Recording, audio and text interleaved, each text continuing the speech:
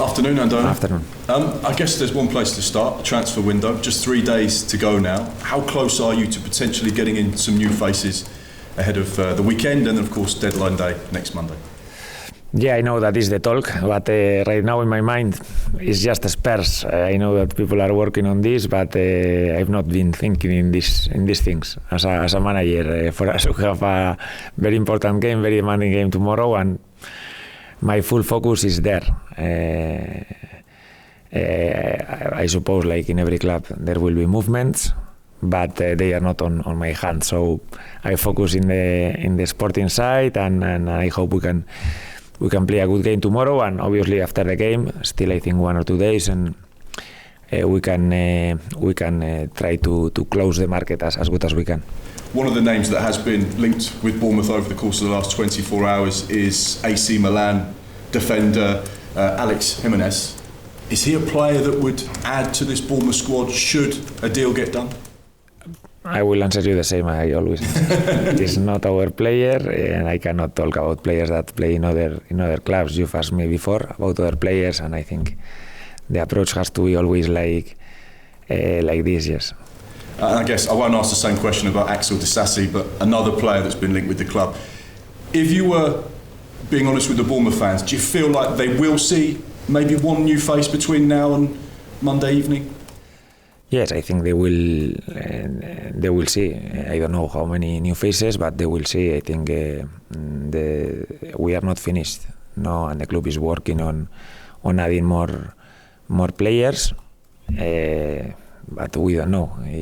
I don't know. I am the first one not to know what's going to happen. Obviously, it is a really challenging window.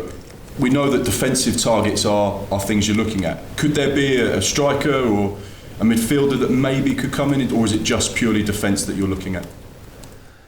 No, I think the club is open to try to improve the team as good as we can. If a good chance appears in other positions, I think they will make the sign. But I don't know.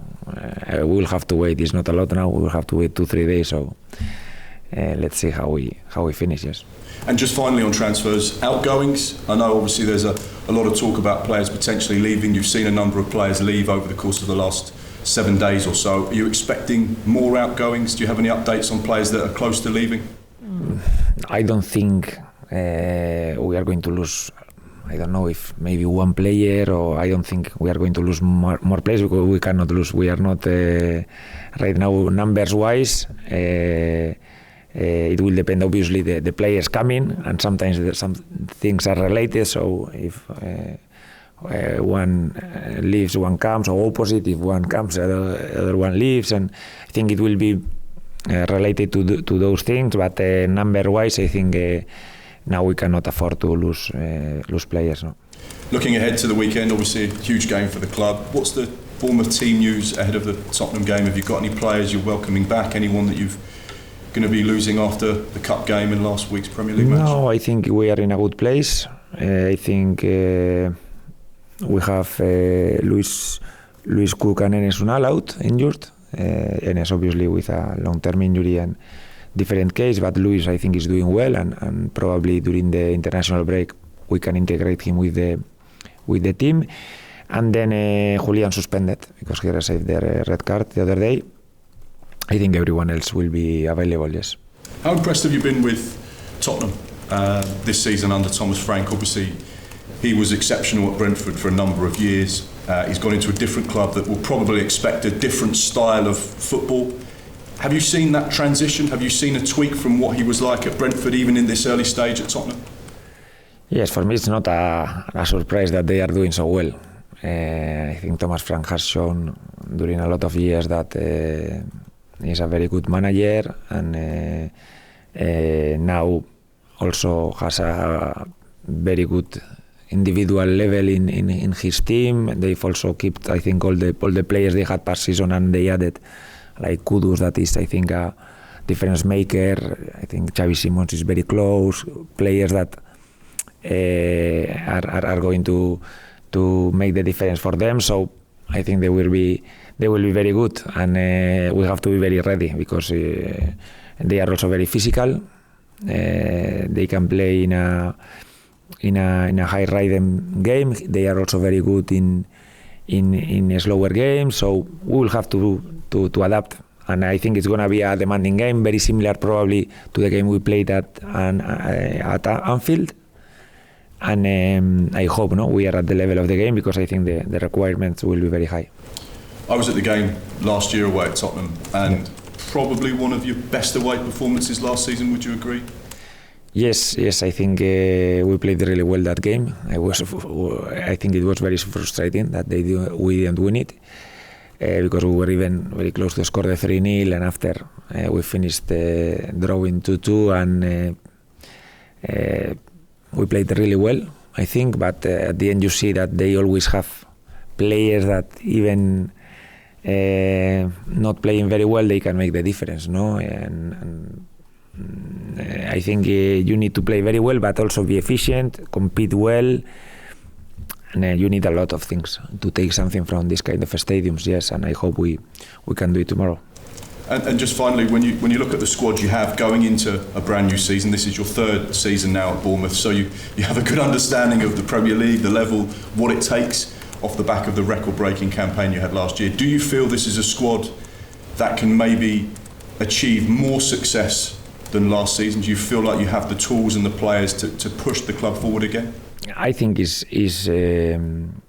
unfair for us to compare us against the past season's team. I wouldn't want to every time compare against last, because there is a big chance we are going to lose a lot of times, no, in this comparison. So I think it's a different process from past season. I think it's a big changes summer. We've lost a lot of very important players that have played a lot of minutes, and we've also signed a lot of players. So it's a kind of a rebuild, and I hope we can achieve similar things, but I think it's a different part of the process. I think it's more like I have more the feeling like when I arrived here, that it was everything like new for me, and I had to, and second season it was more a continuity thing, and this summer has been like about more changes, but I think changes sometimes is for good. It's not only we've lost. Sometimes you sign very good players who can give you a lot also, and we have big hopes with the players we sign, but we have work to do, because right now you can see that some players, Ben or Adli, or they've just trained with us 2-3 days, so we need to integrate everyone, whoever comes these last 2-3 days, and to make a collective unit again, and this will take the time, yes, I think. Brilliant, thank you. Thank you. Andoni, what is transfer deadline day like for you? Are you pacing around? Are you constantly on the phone, or are you just chilled, relaxed, see what happens? No, I'm normally at home with the family. I'm not. You think sometimes you are here in the offices in the 11 o'clock and we are waiting, and no, so they call me, and if there is something but no, I'm not so hands-on with these things. No, it's not so. Obviously, I am in touch and they inform me about everything, but it's not like sometimes it looks like we are there. It's the biggest day of the. No, and it's not. For me, the biggest day is today and tomorrow. Prepare for the game tomorrow, and there are other people that are in charge of those things. But you are able to just switch off and wait for things to happen, or are you pestering Frano? Come on, give me some good news. No, I think they know very well how I think, and it's not now we start to communicate, and so I live in their hands now, the signings, the departures, because we can help. I am an assistant here. I'm not in charge of these things. I'm trying to help, but no, I'm not so no. Fair enough. With Tottenham, how different are they under Thomas Frank? Are you expecting a similar sort of basketball style game? No, I think it's going to be different. I think the approach is different. Thomas Frank's teams are always very well organized. I loved also how Ange played with them. Probably past season was difficult for them because a lot of injuries, different circumstances. But I think it's going to be different now. The approach is different, and I think they've started really well. 2 games, 2 wins. They haven't even conceded a goal. So I know it's going to be difficult. But I don't expect so open games. No, I think it's going to be a fast pace because they are quite physical. We are also physical. So we have to be ready to run like we run at Anfield, and could be this kind of spaces and transitions, but also could be a different game because they are also ready, no? And sometimes they make a different approaches. Thomas Frank has an excellent record against you personally. Yes. From the outside, Tottenham and Brentford look like 2 very different teams. Can you see things in Thomas Frank's Tottenham that have caused you particular problems before? No, against Brentford, probably the worst game we played was the other day, and it was not Thomas Frank in charge. I think I think even past seasons games, both games, I finished quite happy how we played, but we didn't win. But I think we were especially away. I remember that game we played well, but no, I think it's completely different also how they are playing comparing to Brentford. No, they are now dictating the games much more. The first day, especially at home against Burnley, they were dominant, and then they won 3-0. Not easy. It's never easy in the Premier League, but solid performance. I think the other references, City, PSG, could be tricky. They've done very well, but are different games. It's not. We are not City or PSG. It's probably the reference will be more the game they played against Burnley, but they are very good. They were very good past season, and I think they are gonna be for sure better this season. Yes. In terms of your team news, have Ryan and Justin reacted well to having 30 minutes of Premier League and a start in midweek? I think they needed the minutes. I think they still need more minutes. They haven't done a proper pre-season, especially Ryan. Ryan comes, I think last game he played starting probably, I don't know if it's probably March or even before, I don't know. So, but it's good to have him with us because he gives us quality minutes, and he will improve every game he plays. He will be better. And Justin has been a shorter period, but it's an important period, always pre-season, no?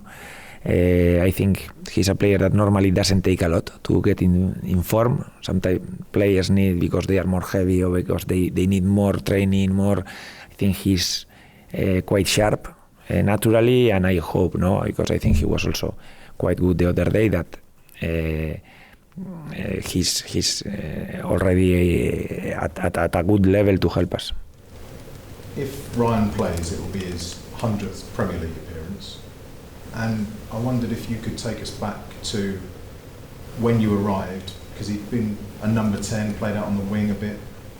What did you see in him to make him this pressing monster, this number 8? There was an element of injuries at the time and perhaps trying to find solutions, but did you see something in particular that said, no, he can be the general in the middle?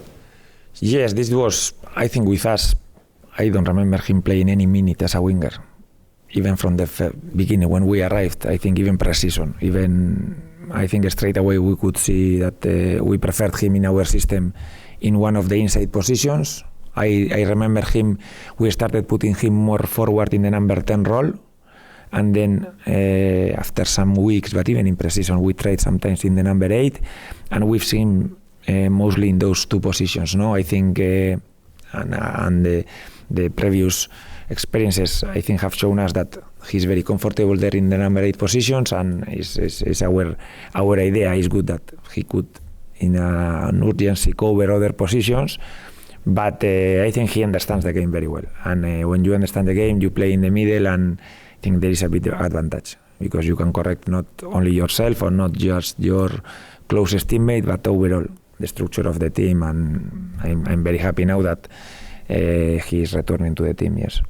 He was also captain on Tuesday. I don't know if that's been how often that's happened, Yes. but is that a role that he naturally sort of gravitated towards, or have you seen that element of his game? No, I feel that I don't give so much importance that you do to this captain armband, because I feel here is something very important, and for me, you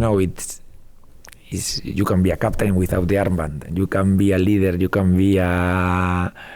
It's not like we have one captain and we are going behind him and he will. No, for me, it doesn't work like this. No, I think it's a matter of he was. I think probably one of the players with more time here. He has this also leadership role, but I'm not giving so much importance that I feel you give here to the armband. Yes.